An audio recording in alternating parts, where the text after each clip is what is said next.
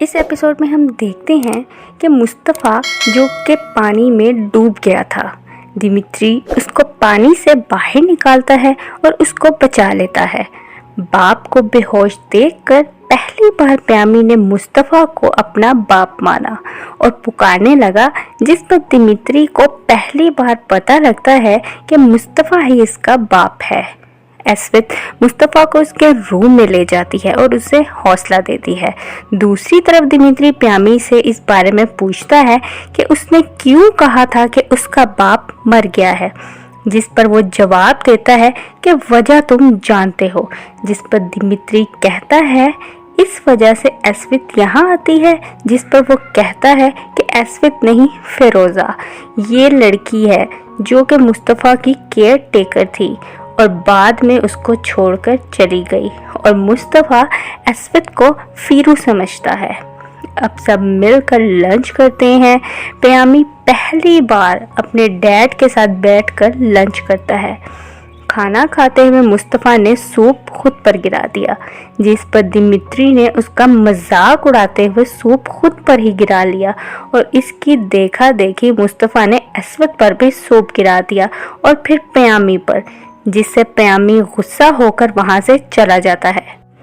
फिर दिमित्री भी उसके पीछे पीछे जाता है और प्यामी दिमित्री का ऐसे मजाक उड़ाने पर उसको यहाँ से चले जाने का कहता है, मगर दिमित्री प्यामी को इमोशनल कर देता है और इसी तरह उसको मना लेता है।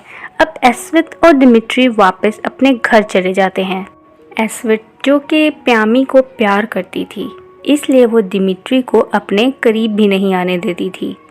अब वो पहली जैसी एस्वित नहीं रही थी जो दिमित्री के इशारों पर चलती थी, उससे डरती और मार खाती थी।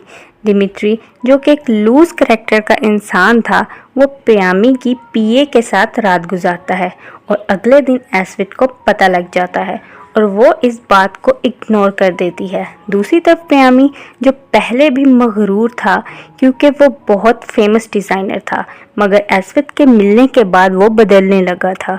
इसके जाने के बाद वो और ज़्यादा मगरूर और जालिम हो गया था और उसे कोई भी किसी का भी काम पसंद नहीं आता था।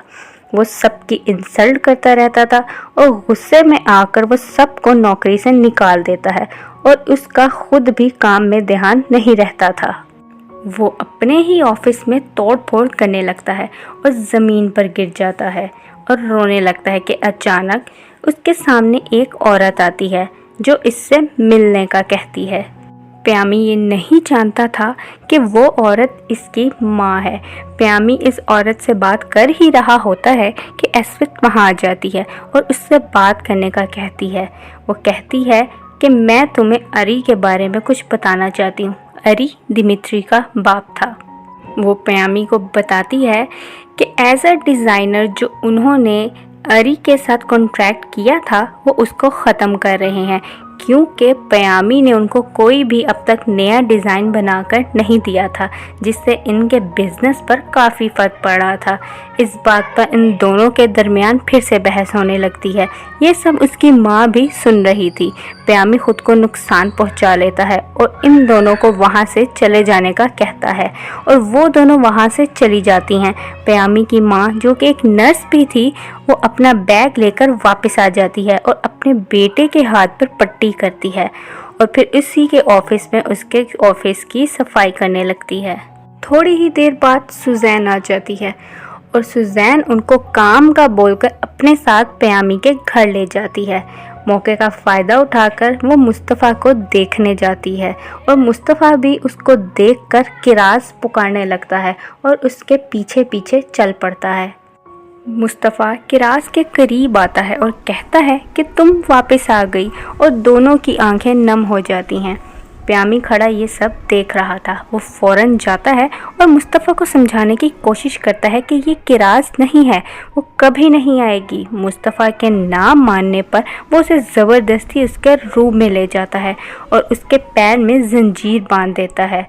वहाँ मुस्तफ़ा उसे बताता है कि किरास को ज़बरदस्ती घर से निकाल दिया गया था। जब तुम उसके पेट में थे वो जाना नहीं चाहती थी, मगर उसको जाना पड़ा, जैसे तुमने उसे अभी जाने दिया। अगले सीन में हम मुस्तफ़ा को एक पुतले के साथ खड़ा देखते हैं। और एस्वित वहाँ आ जाती है। मुस्तफ़ा उसे बताता है कि किराज यहाँ आई थी, तो एस्वित पुतले को देखकर बोलती है कि ये तुम्हारी किराज है, जिस पर मुस्तफ़ा कहता है ये नहीं है, वो सच में किराज थी, किराज वापस आ गई है। एस्वित इस बारे में बात करने के लिए प्यामी के पास जाती है। प्यामी अपनी माँ की तस्वीर उठाए बैठा था और उसे जलाकर किराज पर गुस्सा करता है और फिर उसे बताता है कि इस तस्वीर में इसके माँ बाप के साथ इसका एक दोस्त भी था जिसका नाम उस्मान है, जिसने उसे बताया है कि तुम्हारी माँ की ज़बरदस्ती शादी कर दी गई थी, इसलिए मौका देखते ही वो मुझे छोड़कर भाग गई। दूसरी तरफ हम उस्मान को और कैमरू को साथ बैठे देखते हैं। कैमरू जो कि प्यामी की माँ थी, जिसे जाहिर होता है कि ये सब वो जानबूझकर कर रही है।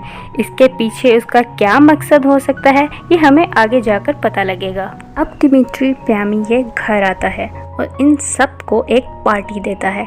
वहाँ वो शैम्ब्रे को प्यामी और किराज की लव स्टोरी बताता है कि कैसे वो शादी से भागकर प्यामी के घर जाकर छुप गई थी और कैसे एस्वित ने मुझ पर गन चलाई और प्यामी ने खुद गोली खाकर मुझे बचा लिया, अपने भाई को बचा लिया। मेरी बीवी प्यामी से प्यार करती है आज भी, ये कहकर दिमित्री वहाँ से चला जाता है और एक बार फिर से एस्वित प्यामी से अपने प्यार का इजहार करती है और उसको किस करती है।